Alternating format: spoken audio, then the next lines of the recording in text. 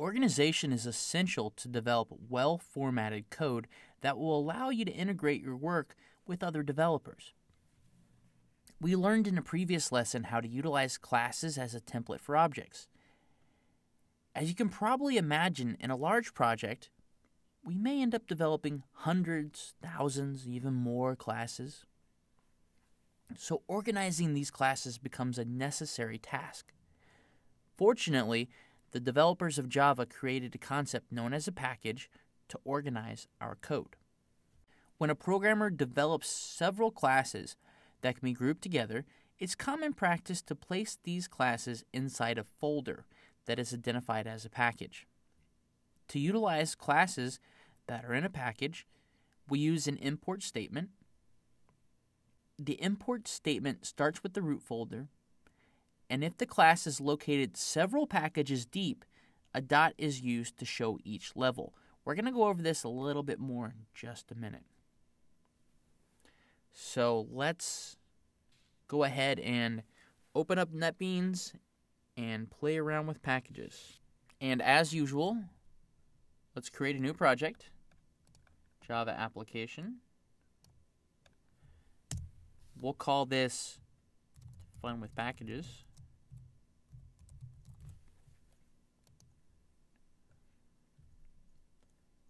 And it's created a main class, like always. And this time, let's just go ahead and leave it, because we're going to be talking about this right here. So, you may notice, and you may have noticed in all of our examples previously, that there's a package statement right here. It starts with the keyword package, followed by a name, and a semicolon. That's because this class is inside of a folder or package called Fun with Packages. So, let's make this more organized actually. Let's say we were to develop, let's start with a new package. And let's say we were to develop a new package. Let's say we were to develop some GUIs, or graphical user interfaces, for this program. We may want to create a new package called GUI. And what we would actually do is, all of our classes that have to do with GUIs, we would put inside of the package GUI. Now, you may notice how I did that. I'm going to create another one. We're actually going to right-click right here on Source Packages, select New, Java Package, and this time let's create another package, and we're going to call it Tests. Hit Finish, and that's how we've created a package. So now we have 3 packages: GUI, Test, and Fun with Packages. That's just the default one that was created. We don't want that one for our example, so let's go ahead and delete it. So now we have 2 packages available. Let's create a new class and see what happens. We're going to call this GUI main, because let's just pretend that this is our main GUI. And clear this out so we can see right here, package GUI is declared. That's because GUI main is inside of the package GUI. Let's create another class inside of test by right-clicking on the test package, selecting New, Package, and we're going to call that, we don't want to create a new package, we want to create a new class, and we're going to call that class Test1, and click on Finish. So now notice NetBeans did the same thing for us again. It created this package declaration, and it entered the name of the package, which happens to be test.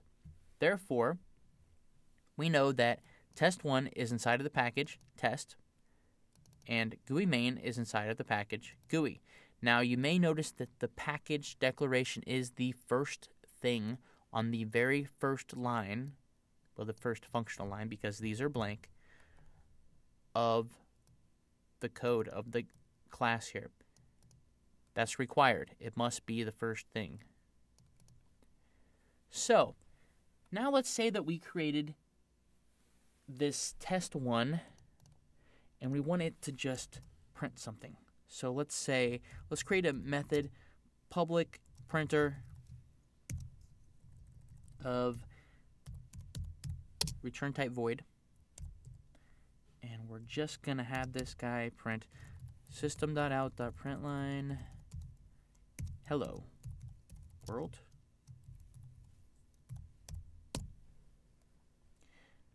So how do we access from GUI main test1? Well, in a previous example, we declared we were able to do that actually by creating an instance of that class. So before we do that, let's go ahead and give this program a starting point by selecting public static void main string args, and let's just try doing exactly that. Test1 test equals new test1. So what we've done is, as usual, we have a class called test1. We've created a name for that instance called test, equals operator, new keyword, test1. Go ahead and throw those brackets in there, throw those parentheses in there, and look, it's throwing an error. Now, why do you think we may be seeing this error? So let's take a look at what NetBeans is telling us. Location, class, GUI.GUIMain. It's saying that test1 class is not inside of the GUI package. That's because it's inside of the test package. So how do you think we're going to be able to access this? The way we do that is by using an import statement. So let's take a look at that. If we actually enter import and we type in the name of the package, the dot, and let's go ahead and say test1.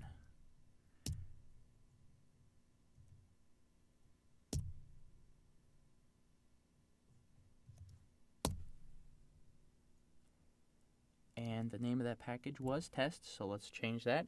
And you notice automatically NetBeans stopped complaining, and we're able to make the instance of test1 without any issues. And let's go ahead and actually call that method printer, and we can run this just to make sure everything works properly.